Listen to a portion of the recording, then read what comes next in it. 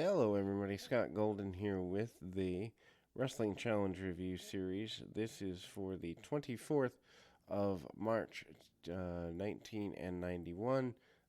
Good time to be a wrestling fan for sure. Um, the early 90s, still a time when wrestling wasn't uh, a complete joke, to be honest, compared to what it is today.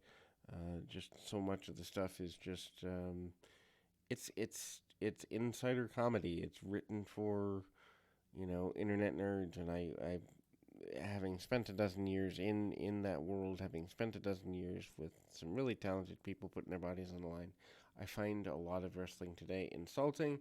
But we still cover it because there are good segments every now and again. Over 2,200 audios available on this channel for that purpose. We're hoping to double that.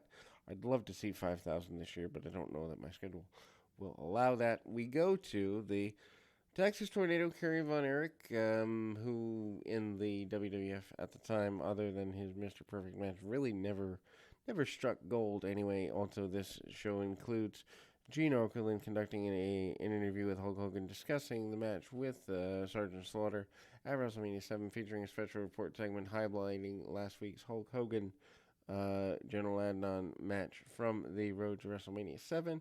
Also includes a vignette promoting the return of Ricky Steamboat, featuring a music video to hype Hogan Slaughter at WrestleMania 7 as well.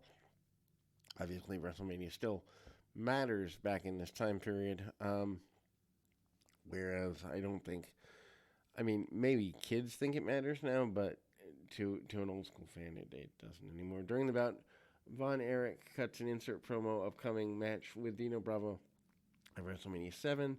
This match is Kerry Von Erich defeating Cliff Sheehan, 244, punch, kick, claw hold, and the discus punch.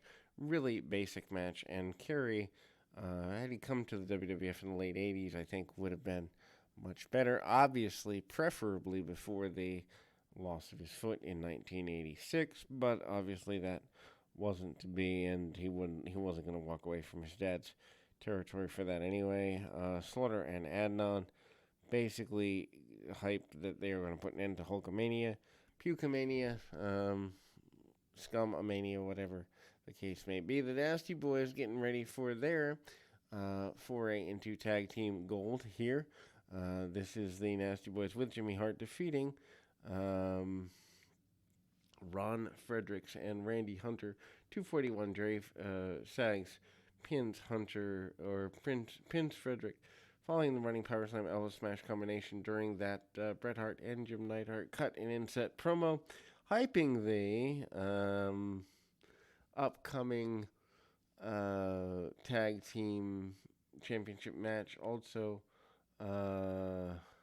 there's a Spotlight magazine about them that's coming out, and they plug the magazine with the history of the Hart Foundation. I remember that being a pretty big thing at the time.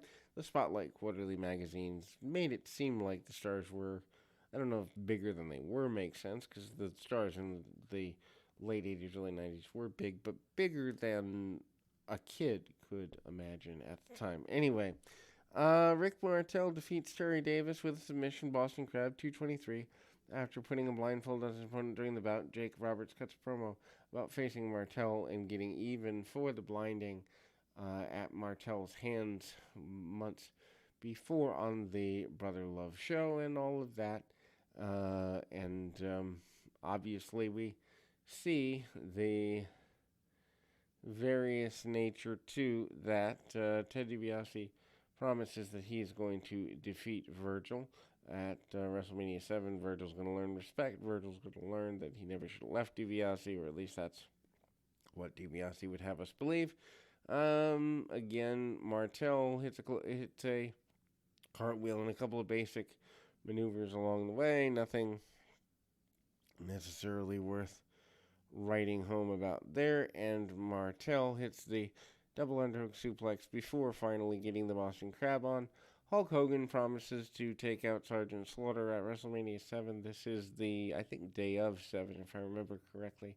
Hulk Hogan again promising to defend the honor of the American people and the honor of the wrestling fans. Paul Bearer, who is relatively new to managing The Undertaker, comes out with The Undertaker in this next matchup. Undertaker, very basic punch kick and defeat of Dale Wolf with Tombstone, 2 minutes 31 seconds. During the bout, Jimmy Snuka cuts a very almost unintelligible promo regarding the nature of that which is the continuation of their feud and them going at it with each other in the WrestleMania 7 run of things here. Anyway, we're going to go to the nature that is the, I guess you'd say, final match of the day here. And that would happen to be going into things with a Tito Santana Pez Watley match, 128 Flying Farm. During the bout, the Mountie cuts a promo that's probably longer than the WrestleMania 7 match. The WrestleMania 7 match runs about 2 minutes in total, I think, with Santana and the Mountie. But also in the middle there's an Event Center promo. The Undertaker promises to bury the Superfly Jimmy Snuka, and does with Snuka's last WrestleMania appearance. WrestleMania report, Randy Savage promises to get rid of the Ultimate Warrior once and for all. Warrior promises to lean on the gods and get a victory there. Ultimately, we managed to do various things going forward there, and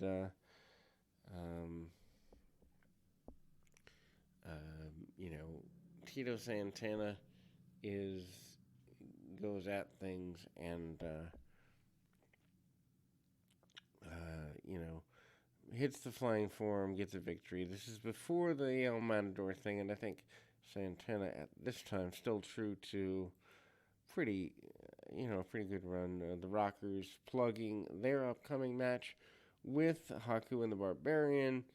Music video to end, and the glory of Hulk Hogan is pretty well forayed into here. We will be back with more right after this.